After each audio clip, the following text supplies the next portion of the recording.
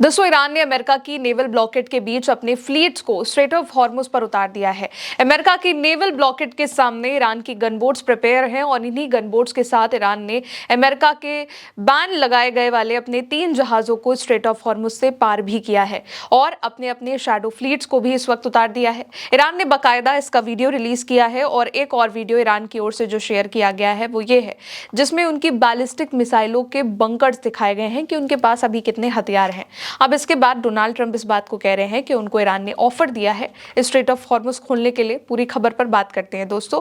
सबसे पहले खबर आपके सामने है, देखिए ईरान ने अमेरिका की नाकाबंदी से निपटने के लिए अपनी नेवल गन बोट्स को निकाल दिया है और ईरान के कई टैंकर्स भी इसी के बाद स्ट्रेट ऑफ हॉर्मुज पे खड़े कर दिए गए हैं, जिसमें ईरान के शैडो फ्लीट भी शामिल हैं। सीज फायर के बाद अमेरिका ने ईरान पर दबाव बनाने के लिए नाकाबंदी कर दी ताकि ईरान का इंपोर्ट एक्सपोर्ट काफी हद तक रुक जाएगा और ईरान अमेरिका की शर्तों को मान लेगा। व्यापार रुका है, जहाज भी कम निकल रहे हैं, लेकिन ईरान के टैंकर्स पर जो भी अमेरिका ने सैंक्शन लगाए उसके बावजूद, अमेरिका के इन सैंक्शंस के बावजूद, नेवल ब्लॉकेड के बावजूद ईरान ने अपने जहाजों को निकाल दिया है और नेवी वेसल्स के अलावा अब ईरान की शैडो फ्लीटर भी ईरान से निकल गई हैं।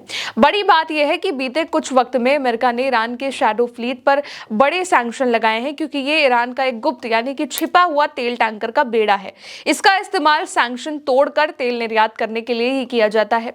24 अप्रैल को अमेरिका ट्रेजरी विभाग यानी कि यूएस डिपार्टमेंट ऑफ ट्रेजरी के office of foreign assist control ने इकोनॉमिक फ्यूरी अभियान के तहत एक बहुत बड़ा एक्शन लिया था और चाइना की बड़ी refinery Hengli petrochemical refinery corporation limited, जो कि चाइना की अपनी इंडिपेंडेंट टी पॉट रिफाइनरियों में से एक है और ईरान से अरबों डॉलर का कच्चा तेल खरीदती है, इस पर सैंक्शन लगा दिया और लगभग 40 शिपिंग कंपनियों और जहाज जिनमें 19 शैडो फ्लीट वेसल शामिल हैं उस पर भी ये सैंक्शन लगाया गया। अब ये जो जहाज हैं शैडो फ्लीट्स, ये ईरानी क्रूड ऑयल यानी कि एलपीजी और पेट्रोकेमिकल उत्पादों को विदेश में, खासकर एशिया में चीन तक पहुंचाते हैं। इन पर सैंक्शन लगे, प्रतिबंध लगे और अमेरिका की नाकाबंदी के बीच फिर से ईरान ने अपने इन्हीं शैडो फ्लीट्स को, खुफिया फ्लीट्स को निकाल कर दिया है, क्रॉस करवा लिया है। अब दोस्तों, घोस्ट या फिर शैडो फ्लीट सिस्टम एक ऐसा सिस्टम होता है जिसमें ईरान 20 से 30 साल से भी ज्यादा पुराने जहाजों का इस्तेमाल करता है।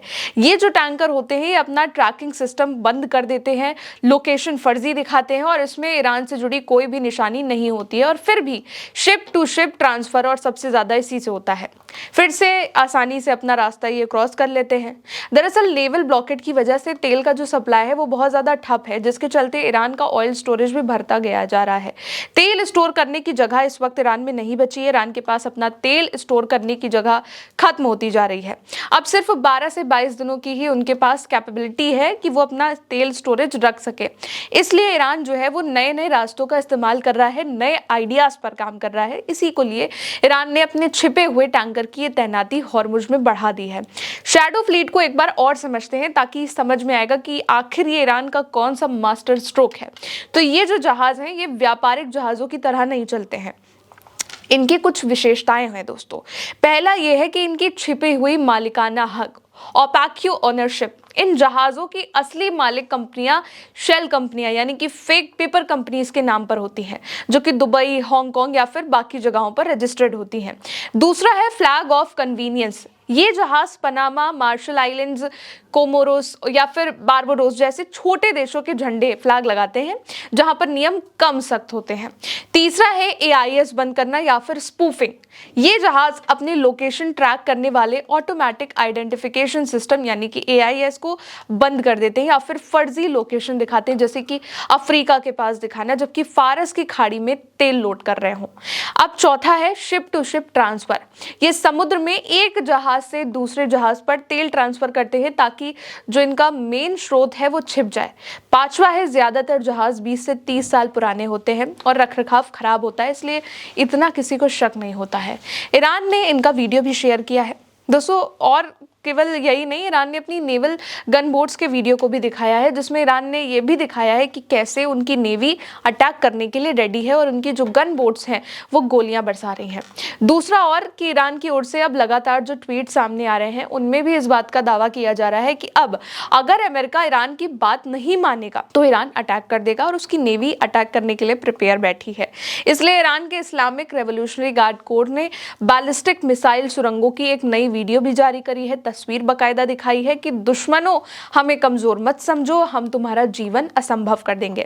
ईरानी सेना ने कहा है कि अमेरिका का यह मानना है कि हमारे मिसाइल भंडार सीमित हैं, हमारे पास कई सालों के लिए अब पर्याप्त भंडार है, जो कि अमेरिका सोच रहा है कि नहीं है। और ईरान की सेना यह भी कह रही है कि मिसाइलों का उत्पादन भी हमारा प्रतिदिन बिना रुके जारी है। और उसी के बाद ये वीडियो भी है जिसमें ईरान की जो सुरंगों में मिसाइलें भरी हुई दिखाई आपको दे रही होंगी। खैबर शेखन मिसाइलें हैं, खुर्रम शहर मिसाइलें और तमाम हथियार है जिस पर बीते वक्त अमेरिका पर अटैक हुआ भी है, इजराइल पर भी अटैक हुआ है और अब ये फिर से बनती चली जा रही हैं। और इनफैक्ट अमेरिका की जितनी मिसाइलें ईरान में गिरी है, जिनको ईरान ने डिफ्यूज किया है, वो भी इस वक्त उनकी लैब में है और उसको भी ईरान अपने तरीके से मॉडिफाई करके बना रहा है। अब ईरान ने इस्लामिक पेशमर्गा नामक अपने वफादार कुर्द बल की भी स्थापना और उसे हथियारबंद करना शुरू कर दिया है, उसको ताकत देनी शुरू कर दी है। इस बल की जो भूमिका है और उपस्थिति है वो ईरान के पश्चिमी क्षेत्रों में है, इराक के कुर्दिस्तान में है और कई जगहों पर होगी। यानी कि ईरान ने अटैक की पूरी तैयारी अभी से कर ली है। अब ये बात अमेरिका समझ रहा है कि ऐसा हो भी सकता है कि फिर से युद्ध शुरू करने वाली स्थिति हो जाए, क्योंकि ईरान अब कोई भी ऐसी बातचीत पर रेडी नहीं हो सकता है जो केवल अमेरिका के हित वाली हो, अमेरिकन फर्स्ट हो। इसलिए ट्रंप ये कह रहे हैं कि ईरान ने अभी अभी अमेरिका को सूचित किया है कि वो खराब स्थिति में है और अमेरिका से स्ट्रेट ऑफ हॉर्मुज खोलने का अनुरोध कर रहे हैं, जबकि ईरान की ओर से ऐसा कंफर्म नहीं किया गया है। हाँ, ये बात जरूर है कि ईरान ने अमेरिका को नए प्रपोजल दिए हैं बात के लिए। खैर, आज की जो बड़ी खबर है वो ये है दोस्तों कि ईरान से जुड़े 3 जहाज स्ट्रेट ऑफ हॉर्मुज से गुजरे हैं अमेरिका की नाकाबंदी को तोड़ते हुए। इनमें से 2 जहाज अमेरिकी प्रतिबंधों के दायरे में हैं और 1 जहाज ईरान से जुड़े तथाकथित ग्रुप बेड़े का हिस्सा है, यानी कि शैडो फ्लीट है। और इससे पूरे सैंक्शन के बावजूद ईरान 10 शैडो फ्लीट निकाल भी चुका है अब तक, और अब उसने फिर से अपने शैडो फ्लीट्स को उतार दिया है। उसकी नेवी गन बोट्स वहां पर रेडी हैं और ईरान पूरी तरीके से प्रिपेयर दिख रहा है, नए नए रास्ते निकाल रहा है। अगर अमेरिका स्ट्रेट ऑफ हॉर्मुज पर नाकाबंदी करेगा भी तो भी ईरान अपने जहाज़ों को कैसे निकालेगा, कैसे अपने ऑयल तेल के निर्यात को करेगा, उसको लेकर भी उसकी तैयारी अब दिखती चली जा रही है। और बीते दिनों उसने अपने एक नशा टैंकर को भी निकाला था, ये भी खबर सामने आई थी। फिलहाल दोस्तों, मेरे साथ इस खबर में इतना ही। आप देखते रहिए उल्टा चश्मा यूसी। मेरा नाम है गौरी वर्मा। शुक्रिया।